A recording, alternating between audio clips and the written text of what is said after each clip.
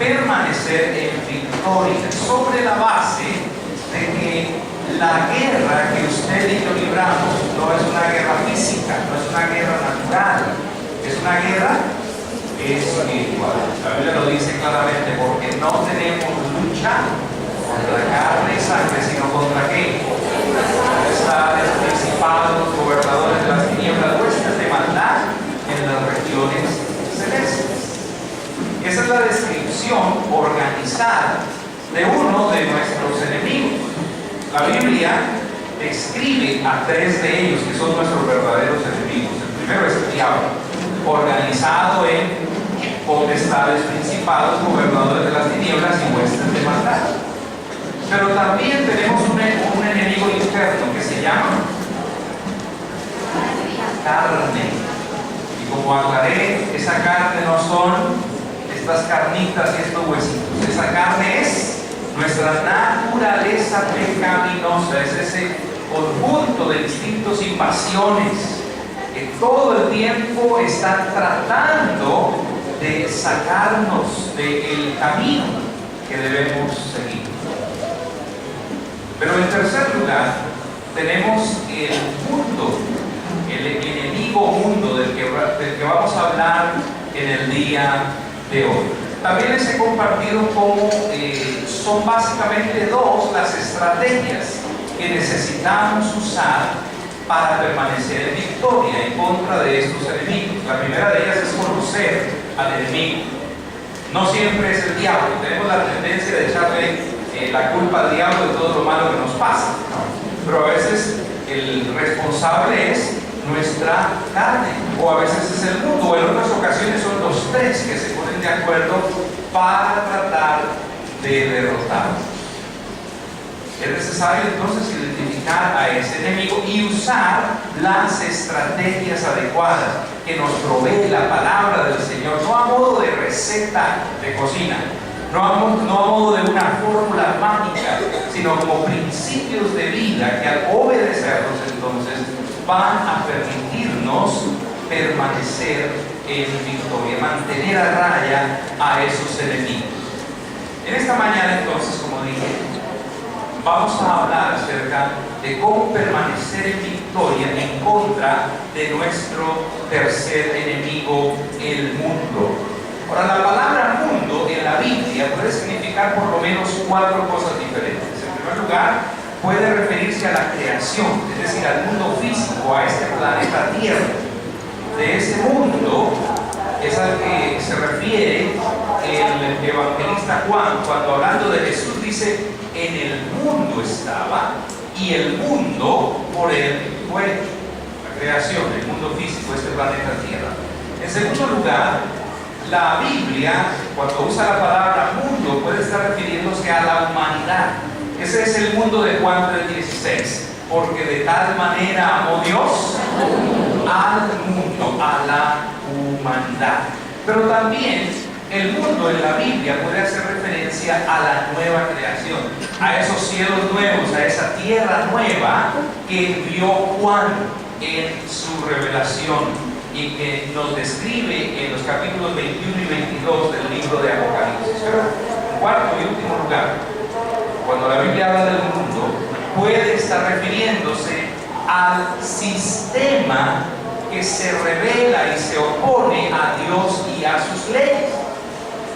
De ese mundo es del que la Biblia nos manda diciendo: no améis al mundo ni las cosas que están en el mundo.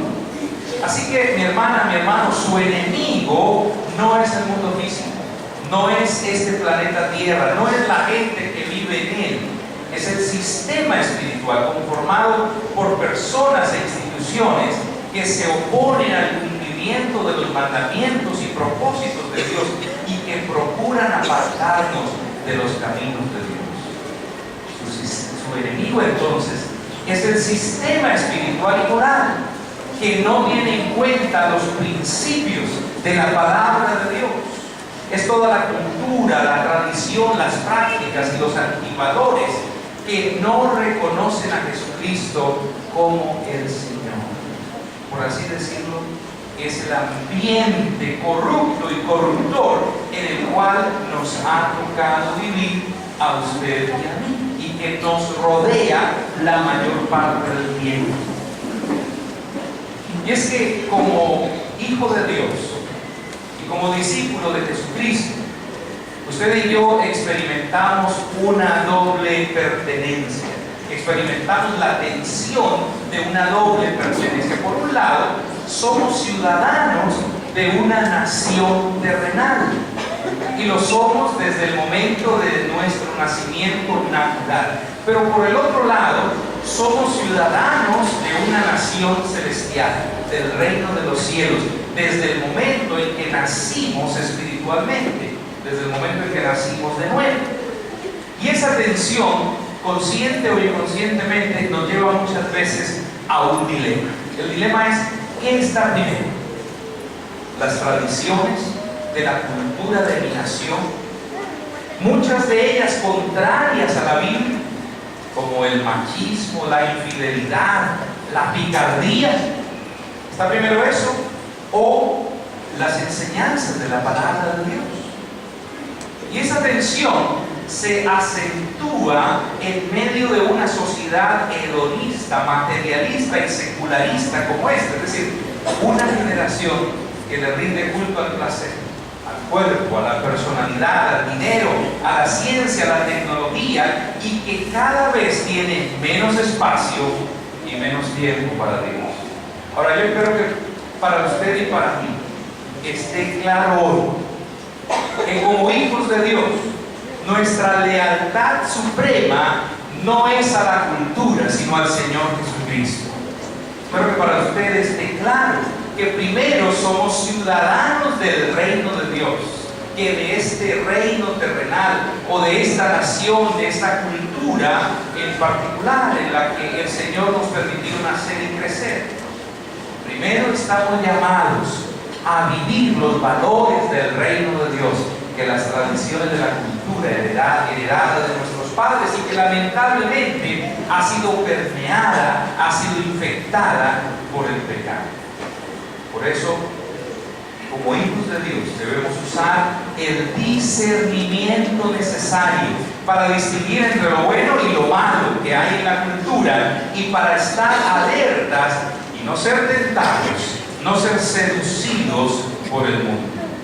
Y para no ser tentados y seducidos por el mundo, entonces, usted y yo necesitamos usar las estrategias adecuadas. He aquí algunas de ellas que la palabra del Señor nos provee. En primer lugar, dígalo conmigo, por favor: no se amolde al mundo. Y para que ni a usted ni a la persona que está a su lado se le olvide, dígaselo al oído: hermano, hermana, no se amolde al mundo.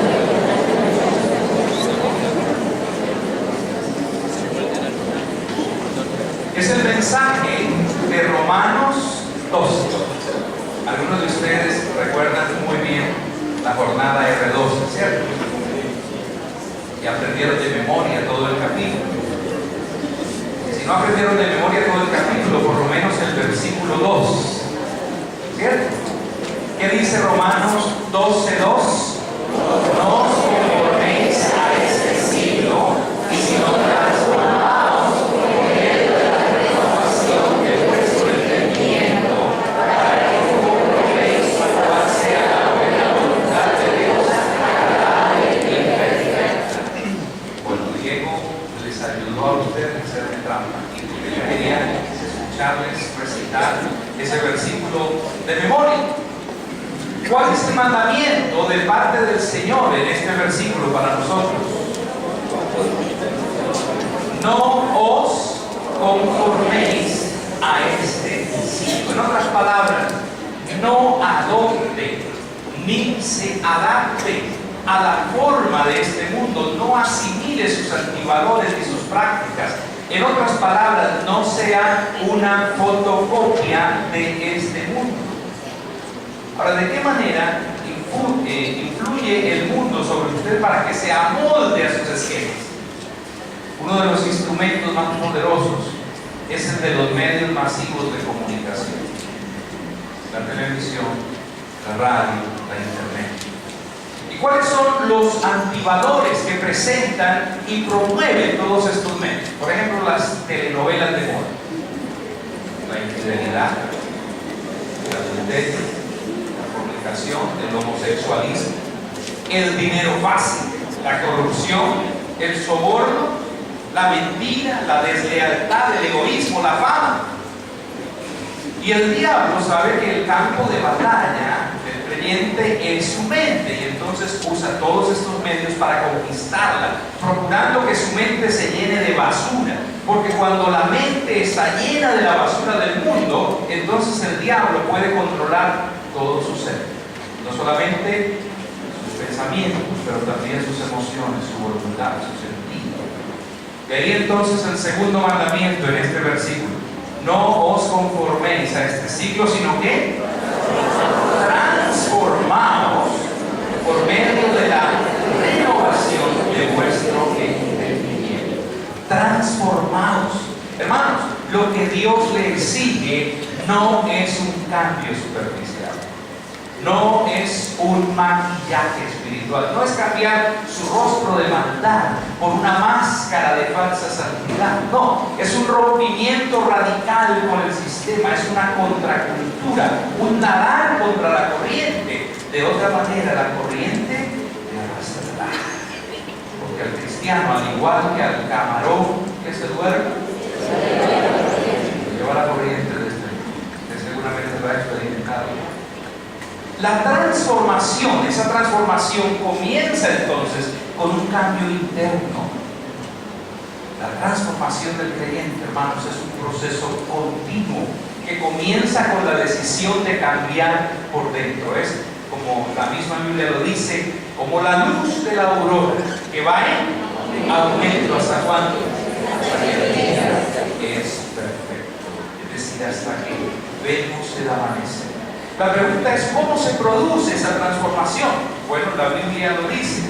Esa transformación es posible solamente a través de la renovación de su entendimiento, es decir, a través de la renovación de su mentalidad, de su forma de pensar. Así que para desprenderse del modelo de este mundo y para asimilar el modelo de Dios, usted necesita renovar su mentalidad. Ese cambio se opera en la mente, porque para cambiar la manera de vivir hay que cambiar ¿qué? La manera de pensar. Pero la pregunta ahora es: ¿cómo se produce ese cambio de mentalidad, ese cambio en la manera de pensar? Ese cambio, hermanos, es fruto de la obra del Espíritu Santo, quien nos redarguye del pecado, quien nos guía a toda la verdad, quien nos recuerda las enseñanzas de Jesús.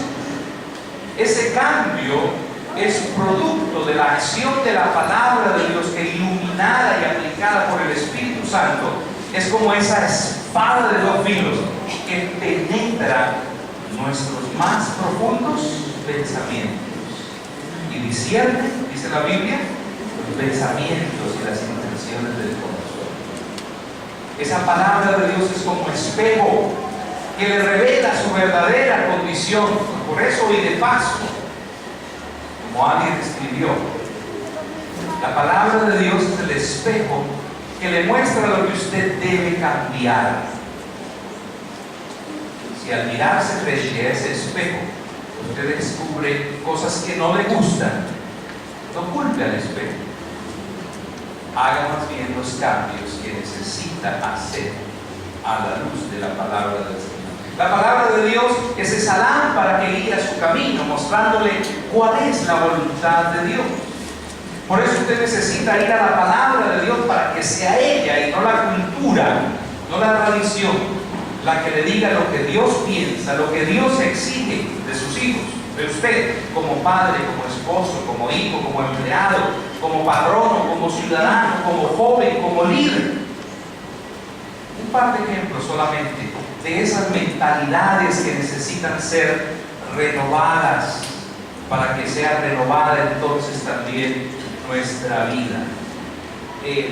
¿Qué nos ha enseñado la cultura, por ejemplo, en relación con la educación, tanto en la casa como en la escuela? Por mucho tiempo se nos ha dicho que la letra con sangre. Y muchos padres, madres siguen aplicando esa política en la educación de sus hijos. Muchos profesores siguen haciéndolo en escuelas, colegios y universidades. Pero, ¿qué dice la Biblia en relación con la educación que debe comenzar en la casa? ¿Cómo debe ser esa educación? Debe ser una educación mediada por el amor. Deuteronomio capítulo 6. No lo vamos a leer ahora. Versículos 3 al 9. Comienza con el gran mandamiento: amarás a Dios.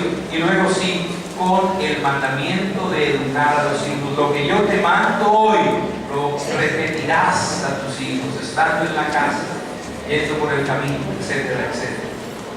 Es el mandamiento que luego refrenda el apóstol Pablo a los padres cuando dice: padres, no exasperen a sus hijos, sino críenlos como en disciplina y amonestación del Señor, no de la cultura, no de la tradición, sino del Señor. ¿Qué nos ha enseñado este mundo y esta cultura, por ejemplo, en relación con cómo debe ser el empleado en la fábrica, en la empresa? Dichos como: el vivo vive del bobo. Le ha enseñado al empleado que no debe trabajar tanto, no debe matarse ahí, ¿no? Pero ¿qué dice la Biblia en relación con cómo debe ser el desempeño del empleado en su empresa? Empleados, dice la Biblia, no trabajen a loco, no trabajen solamente cuando el jefe los está viendo, sino trabajen como si lo estuvieran haciendo para el Señor. Son solamente un par de ejemplos, hermanos, de lo que la Biblia nos enseña en relación con esas mentalidades, esas formas de pensar heredadas que necesitamos cambiar a la luz de la palabra del Señor. De ahí la primera estrategia, si usted quiere permanecer en victoria sobre el mundo: no se amolde al mundo. Pero en segundo lugar, díganlo conmigo, por favor: no sea amigo del mundo. ¿Sea amigo de quién? Veamos juntos, por favor, si tenemos a la vista este par de versículos. Santiago capítulo 4, versículos 4 y 5. Oh almas adúlteras, ¿no sabéis que la amistad del mundo es que está junto a Dios? Cualquiera pues que quiera ser amigo del mundo se constituye enemigo de Dios. Estos son versículos, hermanos, que no necesitan explicaciones adicionales. Así de sencillo.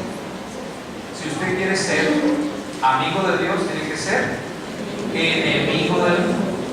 De otra manera, se convierte en amigo del mundo, pero en enemigo de Dios. Lamentablemente, muchos creyentes traicionan su amistad con Dios para conseguir lo que quieren, para complacer a un compañero, a un familiar no creyente, o simplemente para satisfacer sus instintos y sus pasiones. Sin embargo, con Dios, hermanos, no hay lugar para compromisos a medias. ¿Usted es su amigo o es su enemigo? No hay otra opción.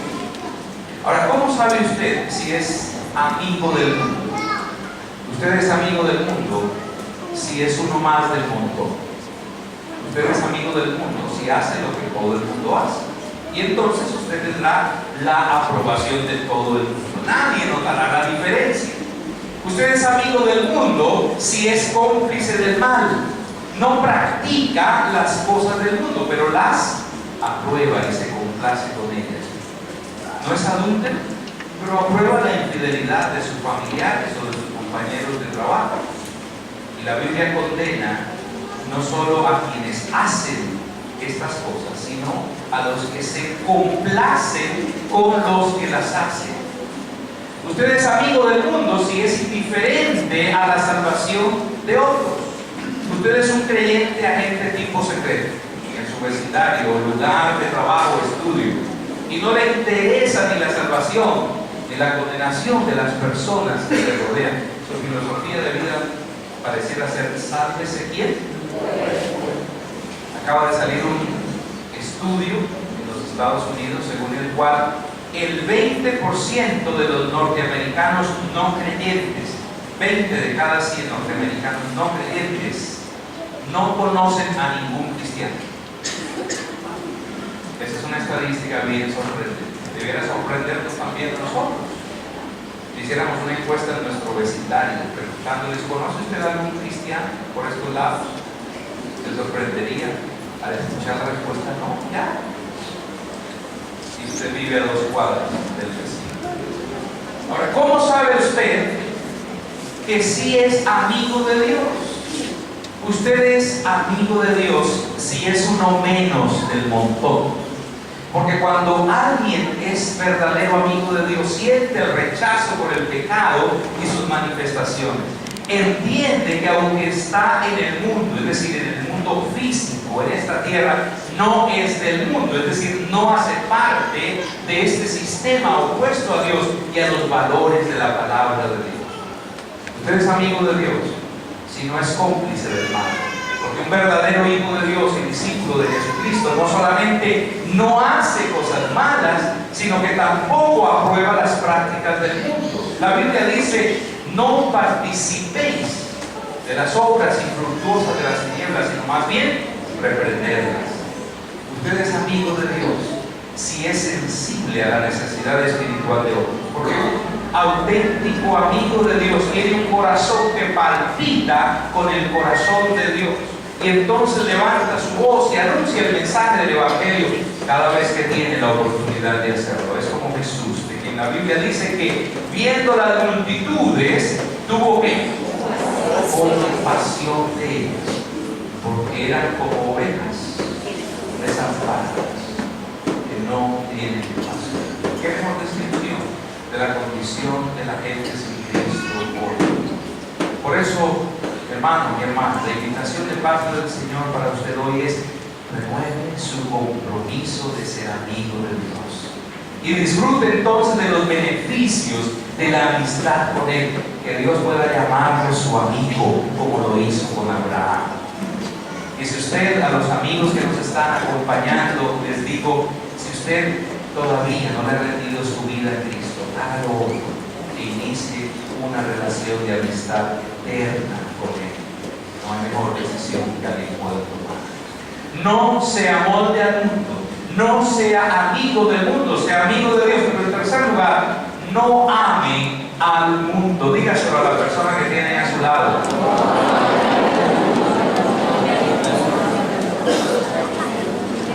La Biblia se lo dice claramente: no améis al mundo. Léalo conmigo, por favor. No améis al mundo y las cosas que están en el mundo. Si alguno ama al mundo, el amor del Padre no está en él. Porque todo lo que hay, los deseos de la carne, los deseos de los ojos y la vanagloria de la vida, no provienen del Padre, sino del mundo. Y el mundo pasa y sus deseos. Pero el que hace la voluntad de Dios, ¿qué pasa con él? El único enemigo, entonces, a quien usted no debe amar, sino odiar, ¿cómo se llama? Se llama mundo. Y por ahí, derechito, se llama carne, se llama diablo, sus verdaderos enemigos. La palabra para amor que el discípulo amado usa en este texto es la palabra ágape, el amor incondicional, el amor de Dios. Ese amor, hermanos, tiene solamente 2 destinatarios: Dios en primer lugar, a Él debemos amarlo con esa clase de amor. Pero en segundo lugar, si usted es casado, su cónyuge, a Él Dios demanda a amarlo con el amor de Dios. Y si usted no está convencido, entonces Dios nos da aquí las razones por las cuales no debemos amar al mundo. Si usted ama al mundo, no puede amar a Dios al mismo tiempo. Ya Jesús lo dijo: ninguno puede servir ¿a cuántos señores? A 2 señores, porque o aborrecerá al uno y amará al otro, o estimará al uno y menospreciará al otro. Lo que el mundo ofrece tiene su origen en el mundo. ¿Qué ofrece el mundo? El mundo nos ofrece básicamente 3 cosas: placer, por los medios incorrectos. Esto es lo que la Biblia llama deseos de la carne. Prosperidad por los medios incorrectos, una prosperidad falsa. Eso es lo que la Biblia llama deseos de los ojos. Y posesiones, eso es lo que la Biblia llama vanagloria de la vida. Y tanto el placer como la prosperidad falsa en las posesiones, todo eso es fruto de la cosecha de este sistema mundo, de este sistema ante Dios. Por eso usted no puede amar, usted no puede ofrecer a Dios lo que no procede de Dios sino del mundo. Las cosas del mundo, dice la Biblia, son pasajeras. Así como el mundo físico será destruido, también las cosas que en él hay. La Biblia dice, el día del Señor vendrá como ladrón en la noche, en el cual los cielos pasarán con grandes estruendo y los elementos ardiendo serán deshechos, y la tierra y las obras que en ella hay serán quemadas. Pero el que hace la voluntad de Dios, ¿y cómo es la voluntad de Dios? Ese, dice la Biblia, permanece para siempre. Permanece para siempre. ¿Recuerdan ustedes a la esposa de Lot? ¿Por qué la recordaban? ¿Y por qué quedó convertida en estatua? ¿Y por qué miró hacia atrás? Exactamente, porque estaba apegada a las cosas de este mundo. Eso es lo que se llama mundanalidad. Mundanalidad.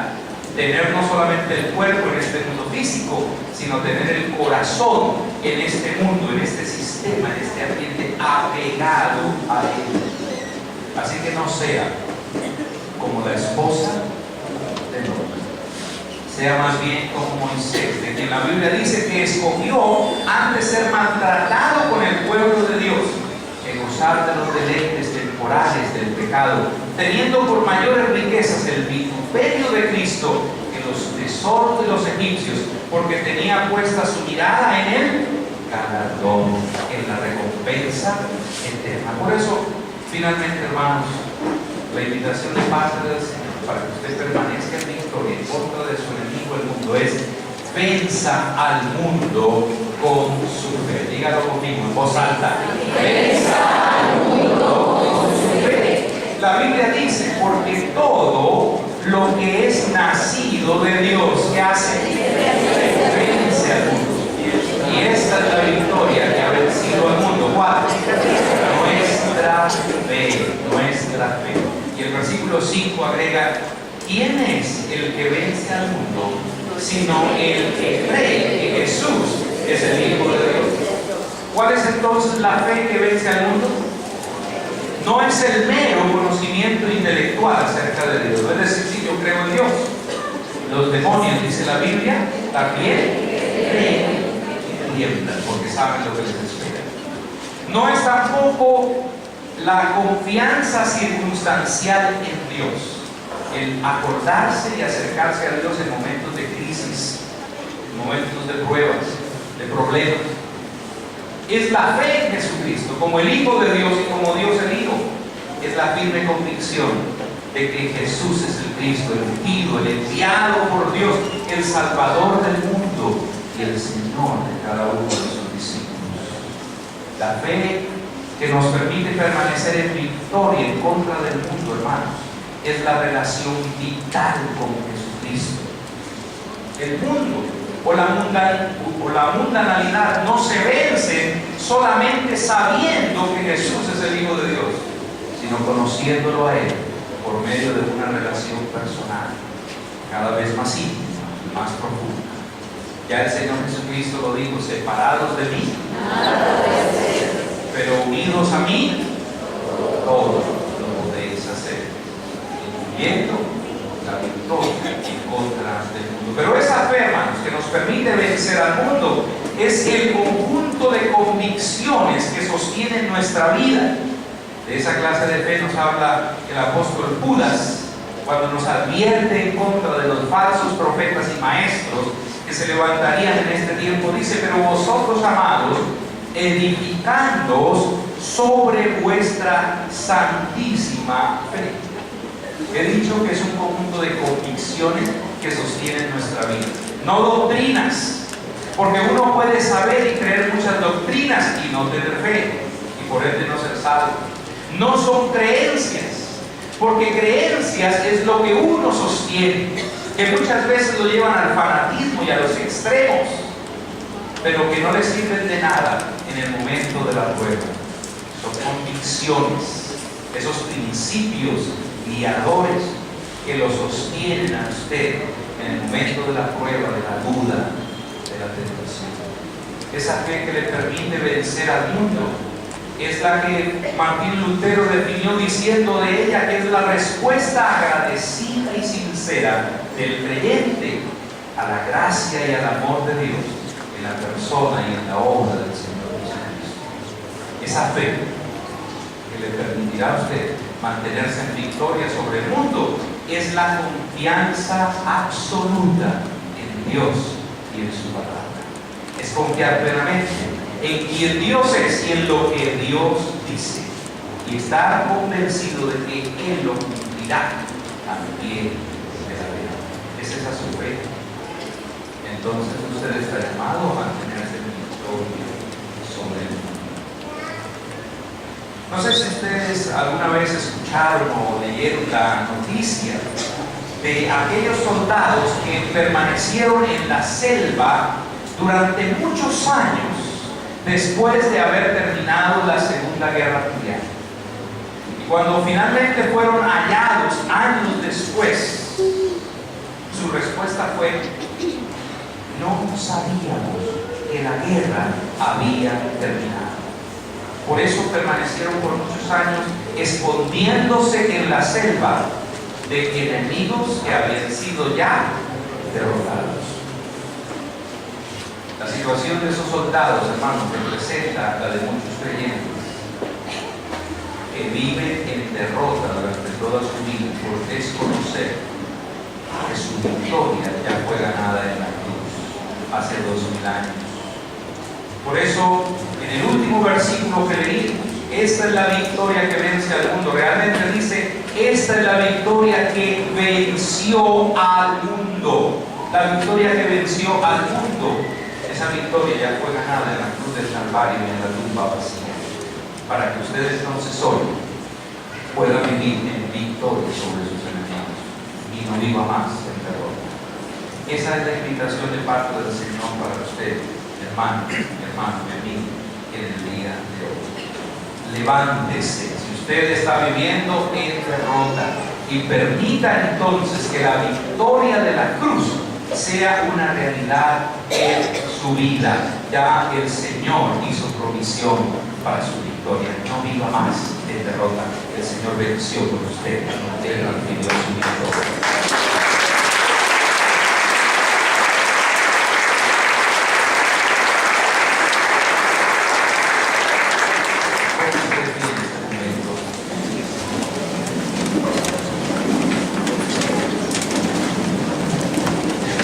A los hermanos y hermanas a que se autoexaminen por un momento y a que procuren identificar en su vida cualquier situación que les esté manteniendo en derrota, ya sea situaciones que provengan del enemigo, del adversario, situaciones de su propia pecaminosidad o influencias que está recibiendo del ambiente de este mundo. Permita que el Señor le guíe para identificar esas situaciones. Señor, le invito entonces para que en esta mañana usted comience a hacer una realidad esta verdad, comience a declarar la victoria de la cruz sobre esas situaciones y comience a poner su pie, como la Biblia le ordena, sobre esos enemigos, de no vivir más en derrota, sino experimentar la victoria que el Señor conquistó para nosotros en la cruz. Mientras ustedes lo hacen allí en su lugar, hermanos, si quieren cierra sus ojos para que nada ni nadie les distraiga de este momento suyo con el Señor. Yo quiero pedirles a todos los amigos que nos están acompañando en el día de hoy, vengan rápidamente a este lugar, porque como les anticipé en el mensaje, la manera en que uno se hace amigo de Dios es reconciliándose con Él por medio de la persona y de la obra del Señor Jesucristo. En esta mañana ustedes tienen la oportunidad de amistarse con Dios, reconociendo su condición como pecadores que les ha separado de Él, pero permitiendo entonces que Jesucristo, al venir a su corazón, al perdonar sus pecados, les haga verdaderos hijos de Dios y les haga sus amigos. Muy bien, si hay algún más, algún amigo que nos está acompañando, que nunca antes ha tomado esta decisión, yo les invito a ustedes aquí en el altar, con toda reverencia, por toda sinceridad y conciencia, les invito a que cierren sus ojos, ya que si su decisión en este día es hacerse amigo de Dios, amiga de Dios, entonces haga conmigo esta oración, de todo corazón, diga conmigo estas palabras: Señor Jesucristo, yo reconozco hoy que soy enemigo de Dios, que el pecado me ha separado de Él, pero hoy quiero reconciliarme con Él. Por eso te pido que vengas a mi corazón, que seas mi Salvador y mi Señor. Te pido que perdones mis pecados, que limpies mi corazón y me hagas un verdadero hijo de Dios. Amén. Padre, gracias por este grupo precioso de personas. Yo te ruego, Señor, que ilumines tu palabra en su mente, del testimonio de tu Espíritu, que ellos son hijos tuyos, Señor.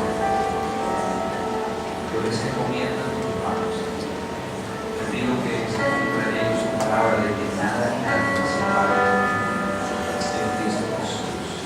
Amén. Los hermanos aquí esperándoles, pueden seguir con el hermano Juan Carlos para que reciban material escrito, les va a ser de mucha utilidad, por favor, y por el pasillo. Mientras entonces, cada uno de nosotros nos disponemos, hermanos, a continuar declarando y aplicando, haciendo una realidad, una vivencia en nuestra vida, la victoria que el Señor conquistó para nosotros en la cruz. Gracias al Señor por su bendita palabra. Él ha sido muy claro con cada uno de nosotros. Necesitamos mantenernos en victoria. Amén. Porque el enemigo es Satanás, número uno, sí, pero es nuestra carne, pero también es el mundo en el que vivimos, pero al cual no pertenecemos. Yo le pido que incline su rostro aquí en este momento y se tome unos minutos para reflexionar. ¿Qué está amando usted del mundo que le impide crecer en el Señor? ¿Qué área de su vida está todavía allá, mirando atrás,